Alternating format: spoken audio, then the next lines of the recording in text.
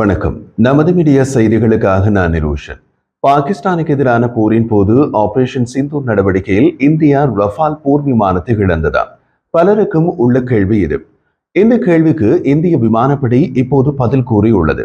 நேற்று ஞாயிற்றுக்கிழமை இந்திய ராணுவ அதிகாரிகள் ஒரு செய்தியாளர் சந்திப்பை நடத்தி ஆபரேஷன் சிந்தூர் நடவடிக்கை, அதன் தாக்கம் மற்றும் முடிவுகள் குறித்த முக்கிய விவரங்களை வழங்கியதுடன் அந்த ஆபரேஷனுக்கான நோக்கம் அடையப்பட்டுள்ளதாக கூறினார்கள். ஆபரேஷன் சிந்தூர் நடவடிக்கை குறித்து செய்தியாளர் சந்திப்பை air marshal A.K. Bharti, DGMO lieutenant general Rajiv Ghai, major general S.S. Sharma மற்றும் வைஸ் அட்மிரல் A.N. பிரமோத் ஆகியோர் நடத்தினார்கள். சிந்தூர் நடவடிக்கையின் போது ரஃபால் போர் விமானங்கள் சுட்டு வீழ்த்தப்பட்டதாக வெளியான செய்திகளுக்கு இந்திய விமானப்படையின் சார்பில் பதிலளித்த ஏர் மார்ஷல் A.K. பாரதி இந்த கூற்றை உறுதிப்படுத்தவோ மறுக்கவோ இல்லை. மாறாக இழப்புகள் எந்த ஒரு போர் சூழ்நிலையின் ஒரு பகுதியாகும் என்று கூறினார். அவர் மேலும் கூறிய போது, நாங்கள் ஒரு போர் சூழ்நிலையில் இருக்கிறோம், இழப்புகளும் அதில் ஒரு பகுதியாகும். கேள்வி என்னவென்றால், நாம் நமது இலக்கை அடைந்து விட்டோமா?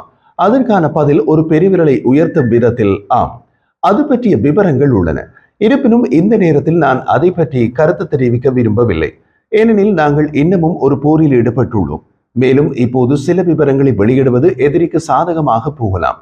போருக்கு சென்று எங்கள் அனைத்து விமானிகளும் வீடு திரும்பிவிட்டனர் என்றார்.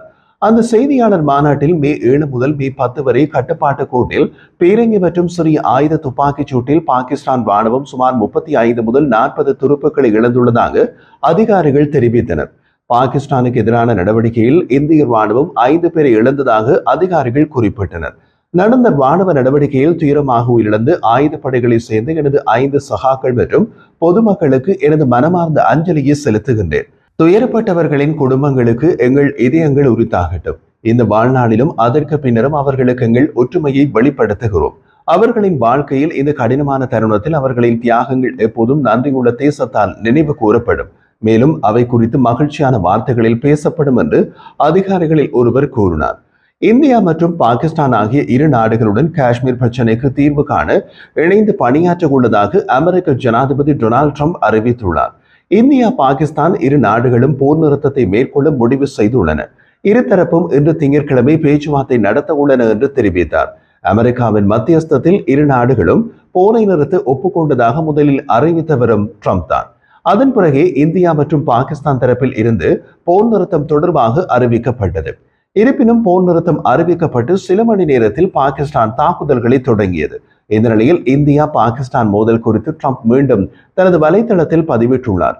அதில் இந்தியா மற்றும் பாகிஸ்தானின் வலிமையான மற்றும் அசைக்க முடியாத சக்தி வாய்ந்த தலைமைத்துவத்தை எண்ணி பெருமைப்படுவதாக ட்ரம்ப் கூறியுள்ளார். போர் நிறுத்தத்திற்கு ஒப்புக்கொண்டதாக அறிவித்து சில மணி நேரத்திலேயே அத்துமீறல்களில் ஈடுபட்டதாக இந்தியாவும் பாகிஸ்தானும் பரஸ்பரம் குற்றம் சாட்டியுள்ளன.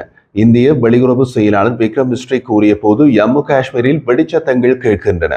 இந்தியா மற்றும் பாகிஸ்தான் ராணுவ நடவடிக்கைகளுக்கான இயக்குநர் ஜெனரல்களுக்கு இடையே எட்டப்பட்ட உடன்பாட்டை பாகிஸ்தான் மீறி வருகிறது என்று குற்றம் சாட்டினார். சிறிது நேரத்திற்கு பிறகு பாகிஸ்தான் வெளியுறவு அமைச்சகம் சில பகுதிகளில் இந்தியாவால் மீறல்கள் செய்யப்பட்ட போதிலும் போர் நிறுத்தத்தை உண்மையாக செயல்படுத்துவதில் பாகிஸ்தான் உறுதியாக உள்ளது என்று கூறியது. கடந்த 4 நாட்களில் இந்தியா பாகிஸ்தான் இடையே நீடித்த போர் இரு போட்டியாளர்களுக்கும் இடையிலான மிக மோசமான ராணுவ மோதலாக உள்ளது. பஹல்காம் தாக்குதலுக்கு நேரடியாக பாகிஸ்தான் மற்றும் பாகிஸ்தான் ஆக்கிரமிப்பு காஷ்மீரில் உள்ள இலக்குகளை இந்தியா தாக்கிய பிறகு இருதரப்புமே ஆளற்ற விமானங்கள், ஏவுகணைகள் மற்றும் பீரங்கிகளை பயன்படுத்த தொடங்கின. பஹல்காம் தாக்குதலில் தனக்கு எந்த தொடர்பும் இல்லை என்று பாகிஸ்தான் மறுத்திருந்தது. 4 நாட்கள் எல்லை தாண்டிய தாக்குதல்களுக்கு பிறகு இந்தியாவும் பாகிஸ்தானும் முழுமையான மற்றும் உடனடி போர் நிறுத்தத்திற்கு ஒப்புக்கொண்டதாக கூறின. டொனால்ட் ட்ரம்ப் சனிக்கிழமை காலை தனது ட்ரூத் சமூக ஊடக தளத்தில் இந்த செய்தியை அறிவித்தார். இது அமெரிக்காவின் மத்தியஸ்தால் சாத்தியமானதாக அவர் கூறினார். ஒப்பந்தம் எட்டப்பட்டதை பாகிஸ்தானின் வெளியுறவு அமைச்சர் பின்னர் உறுதிப்படுத்தினார். 30 நாடுகள் இதற்கான ராஜதந்திர நடவடிக்கைகளில் ஈடுபட்டன என்றும் அவர் கூறினார். ஆனால் போர் நிறுத்த அறிவிப்பு வெளியான சில மணி நேரத்திற்கு பிறகு ஜம்மு காஷ்மீரின் முக்கிய நகரங்களான ஸ்ரீநகர் மற்றும் ஜம்முவில் வசிப்பவர்களும் அங்கே வெடிச்சத்தங்களை கேட்டதாகவும் வானத்தில் மின்னல் போன்ற வெளிச்சத்தை பார்த்ததாகவும் தெரிவித்தனர். இந்திய வெளியுறவு செயலாளர் விக்ரம் மிஸ்ரி, இது இரு நாடுகளுக்கும் இடையே எட்டப்பட்ட உடன்பாட்டை மீறுவதாகும். இதற்கு இந்திய ஆயுதப்படைகள் தகுந்த பதிலடி கொடுத்து வருகின்றன என்று கூறினார். மேலும் இந்த மீறல்களை உடனடியாக நிறுத்திக் கொள்ளுமாறு பாகிஸ்தானை அவர் கேட்டுக்கொண்டார். இதற்கு பதிலளிக்கும் விதமாக செய்தியாளர்களிடம் பேசிய பாகிஸ்தான் வெளியுறவு அமைச்சகத்தின் செய்தி தொடர்பாளர், இன்று அறிவிக்கப்பட்ட பாகிஸ்தானுக்கும் இந்தியாவுக்கும் இடையிலான போர் நிறுத்தத்தை உண்மையாக செயல்படுத்துவதற்கு பாகிஸ்தான் உறுதி பூண்டுள்ளது. சில பகுதிகளில் இந்தியா அத்துமீறல்களை செய்தாலும் நமது படைகள் நிலைமையினை பொறுப்புடனும் நிதானத்துடனும் கையாளுகின்றன. போர் நிறுத்தத்தை சுமூகமாக செயல்படுத்துவதில் ஏதேனும் சிக்கல்கள் இருந்தால் பொருத்தமான வட்டங்களில் தொடர்பு கொண்டு தீர்க்கப்பட வேண்டும் என்று நாங்கள் நம்புகின்றோம். தரையில் உள்ள துருப்புக்களுடன் நிதானத்தை கடைபிடிக்க வேண்டும் என்றார். முன்னதாக போர் நிறுத்தத்தை உறுதிப்படுத்தி பேசிய இந்தியாவின் வெளியுறவு அமைச்சர் எஸ் ஜெய்சங்கர், பயங்கரவாதத்திற்கு எதிராக அதன் அனைத்து வடிவங்களிலும் வெளிப்பாடுகளிலும் இந்தியா தொடர்ந்து உறுதியான மற்றும் சமரசமற்ற நிலைப்பாட்டை கடைபிடித்து வருகிறது, அது தொடரும் என்றார். பாகிஸ்தான் பிரதமர் ஷெஹ்பாஸ் ஷெரீப் தனது நாட்டு மக்களுக்கு ஆற்றிய உரையில் அனைவரின் நலனுக்காக போர் நிறுத்தம் எட்டப்பட்டதாக கூறினார். இந்தியா பாகிஸ்தான் போர் நிறுத்த அறிவிப்புக்கு பிறகு பேசிய அமெரிக்க ராஜாங்க செயலாளர் மார்கோ ரூபியோ, இந்தியாவும் பாகிஸ்தானும் பொது இடத்தில் பரந்த அளவிலான பிரச்சனைகள் குறித்த பேச்சுவார்த்தைகளை தொடங்க ஒப்புக்கொண்டதாக கூறினார். தானும் அமெரிக்க துணை ஜனாதிபதி ஜே.டி. வான்ஸும் இந்திய மற்றும் பாகிஸ்தான் மூத்த அதிகாரிகளுடன் 48 மணி நேரம் செலவிட்டதாகவும் அவர் கூறினார். அதில் அந்தந்த நாடுகளின் பிரதமர்கள் நரேந்திர மோடி மற்றும் ஷெஹ்பாஸ் ஷெரீப் ஆகியோர் அடங்குவர்.